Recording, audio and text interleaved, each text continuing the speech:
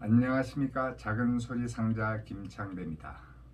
전편에서 20년 4월 15일 선거 이후에 선관위에서 발표한 득표 현황에 대한 숫자 분석과 선거 무효 소송으로 점거물인 투표함을 법원으로 옮기는 과정에서 볼 수 있었던 투표함의 봉인 상태, 그리고 투표함 속에서 볼 수 있었던 신권다발 같은 투표지를 본 것과 선거 무효 소송에 임하는 이해 당사자들과 법관들의 행태를 보면서 제가 부정선거라고 생각했던 이유를 말씀드렸습니다.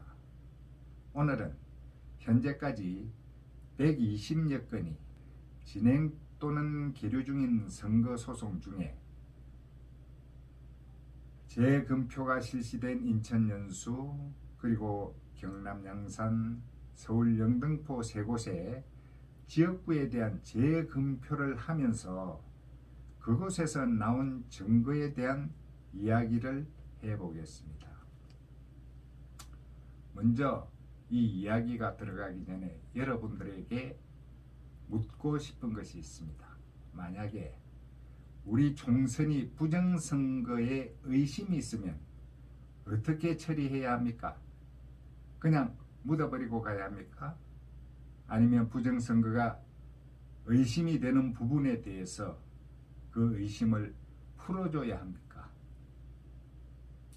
아마 정상적인 분이라면 누구라도 이 나라에서 부정선거는 있어서는 안 될 일이기 때문에 만약 부정선거를 의심할 만한 일이 있다면 그 의구심에 대한 의혹을 풀어줘야 하는 것이 선관위의 마땅한 책임이라고 생각을 합니다.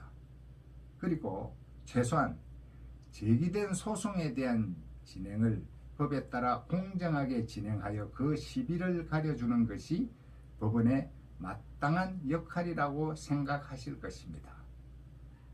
그러나 4.15 총선이 끝나고 많은 사람들이 여러 가지 근거로 부정선거의 의혹을 외치고 소송을 제기했지만 모든 언론과 이해 당사자들은 의도적으로 철저하게 침묵하고 있어서 대부분의 국민들이 부정선거에 대해서 정확하게 인식할 수 있는 기회가 적었기 때문에 부정선거를 바로잡자는 외침에 대해서 일반 국민들의 이들의 외침을 부정선거는 먼 나라의 이야기쯤으로 생각하고 무시하게 되었고, 일부에서는 부정선거를 외치는 사람들을 음모론자로 몰아붙이는 사람들도 있습니다.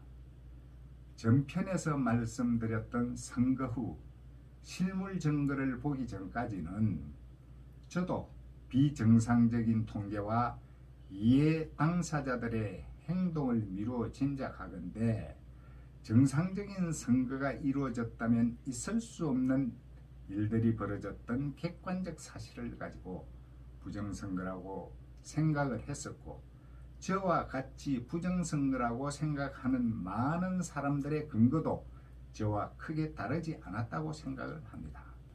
그러나 6개월 안에 끝나게 되어 있는 선거 소송에서는 있을 수 없는 긴 시간인 14개월을 대법원이 버틴 후에 올해 6월 28일에야 겨우 인천 연수구 투표함을 처음 열어볼 수 있었습니다.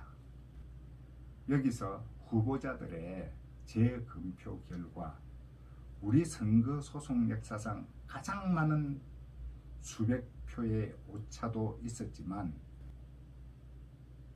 그것조차도 인정될 수 없는 일이지만 저에게 부정선거의 증거로서 가장 확신할 수 있었던 실물 증거가 있었는데, 그것은 사전투표 검표 중에 발견된 투표지를 보고였습니다.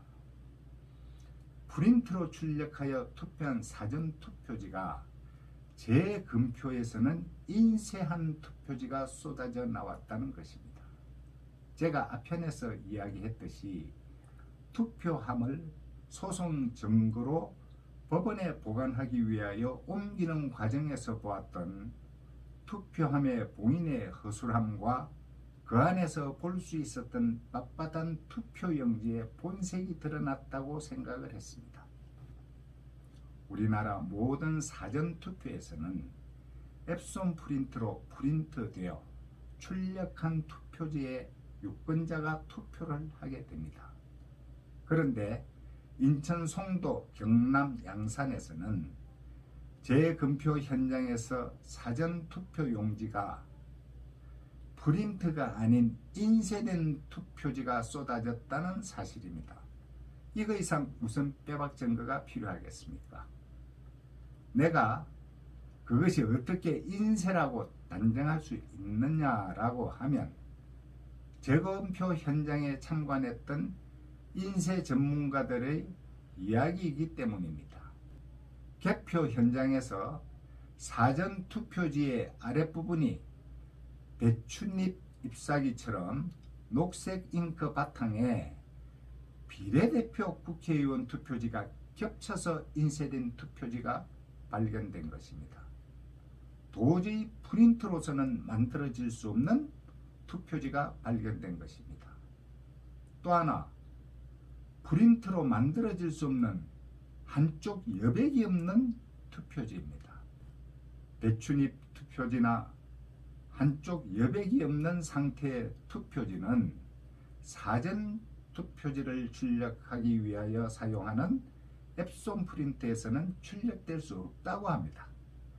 배춧잎 투표지처럼 그렇게 두 인쇄물이 겹쳐서 출력이 되는 상황은 프린트에서는 절대 있을 수 없다는 것이며 인쇄에서만 가능한 일이라고 합니다. 그리고 앱손 프린트에서는 우리나라 선거 규정의 투표용지인 폭 100mm짜리 롤 형태의 투표지를 당겨서 풀어내면서 프린트가 되기 때문에 그것을 물고 당기기 위하여서는 양쪽 2mm씩이 물리게 되어 있기 때문에 물려있는 부분은 잉크가 뿌려줄 수가 없다는 것입니다. 간단한 예로 마트에서 출력이 되는 영수증을 보면 알 수가 있습니다. 또 그런 배춧잎 투표지가 프린트로 만들어졌다면 선거관리위원이 유권자에게 그런 투표지를 주고 투표를 하라고 할 사람이 없을 뿐더러 그런 투표지를 받아서 투표할 유권자도 없을 것입니다. 설령 그런 투표지로 투표를 하였다 하면 이상한 투표지로 투표를 했다는 일지의 기록이 남아 있어야 되는데 그것도 없습니다. 그럼 그것은 유권자가 투표한 것이 아니라 그 뒤에 누군가가 그렇게 잘못된 투표용지를 투표함에 집어넣은 것이고 그것은 유권자가 투표한 것이 아니라는 이야기입니다. 그리고 참관한 인쇄 전문가의 진술은 글자의 망점, 즉 글자 상태가 다르다고 합니다. 프린트는 잉크를 뿌리는 것이고 인쇄는 잉크를 찍어낸다는 것입니다. 뿌려지는 것은 잉크가 비산이 되면서 글자를 만들기 때문에 돋보기로 보면 글자의 가장자리가 뚜렷하지 않지만 인쇄는 잉크로 찍었기 때문에 돋보기로 보면 글자의 가장자리가 또렷하게 보인다는 것입니다. 이 이유만 봐도 재검표에서 검표된 사전투표용지는 프린트된 것이 아니고 모두 인쇄가 된 투표지라는 것입니다. 사전투표는 모두가 앱손 프린트로 출력이 되어 유권자에게 전해지고 유권자는 이를 받아서 투표를 하고 접어서 투표함에 넣었는데 어떻게 재검표 때에는 인쇄된 투표지가 나올 수 있겠습니까? 이 하나로 선거 무효 소송을 위한 증거보정 과정에서 보았던 투표함의 보관 상태가 왜 그렇게 부실했던 것인지 그 안에 들어있던 투표지가 왜 그렇게 신곤다발처럼 빳빳했었는지 그 궁금증을 풀어주는 답이 되었다고 생각을 합니다. 이것은 인쇄된 투표지가 실물로 부정선거의 증거로 나온 것이라고 저는 확신을 합니다.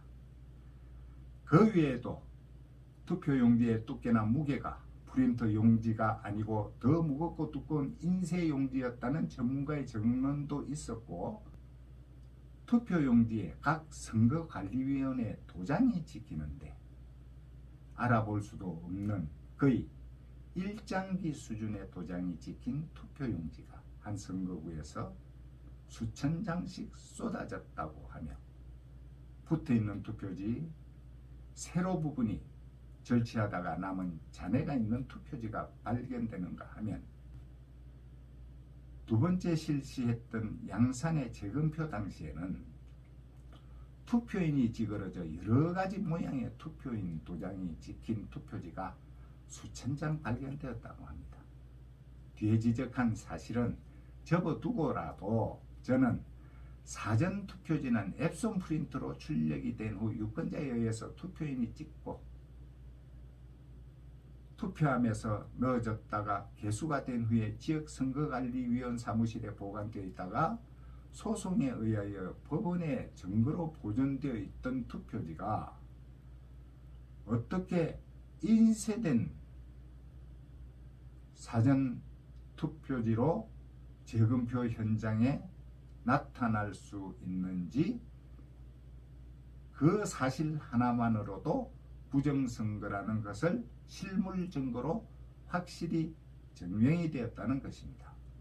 이것은 특정 세력에 의해서 선거 결과가 조작이 되었고, 그것을 감추기 위해서 원래 유권자가 투표한 투표지를 없애고 그것을 대신해서 숫자를 맞추려고 인쇄한 투표지를 증거로 압수되는 선거구에 투표함에 쑤셔넣은 부정선거였다는 것을 확신하지 않을 수 없습니다.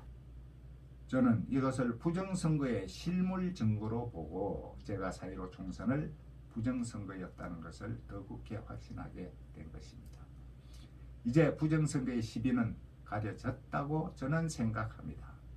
아직도 부정선거를 믿지 못하거나 믿지 않으시려는 분들이 있습니다.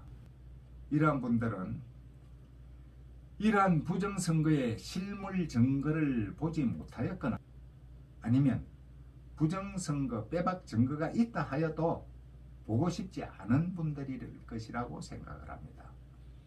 이렇게 부정선거의 실물 증거를 보고도 믿지 않거나 부정하는 분들에게 우리나라를 맡기면 안 된다고 생각합니다.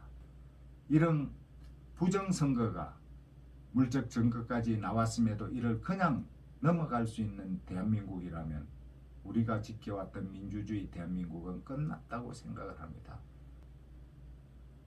왜냐하면 민주주의의 가장 기본인 국민의 주권이 휴지 조각이 되고 국민의 주권과는 관계가 없는 그들이 만들어 놓은 투표지로 그들이 원하는 대로 국민의 주권을 마음대로 사용할 수 있다면 국민의 주권을 조작질하는 자들의 노예로 삶을 살아가야 하기 때문입니다. 더 많은 분들이 이러한 현실을 인식하고 부정선거를 막아야만 우리가 지켜왔던 대한민국의 민주주의를 존속시킬 수 있을 것입니다. 다음 편에서는 어떻게 이 난국을 헤쳐나가야 이 나라가 온전하게 살아남을 수 있을지에 대해서 한번 생각해 보는 시간을 가져보도록 하겠습니다. 끝까지 들어주셔서 감사합니다. 작은 소리 상자의 김창대였습니다.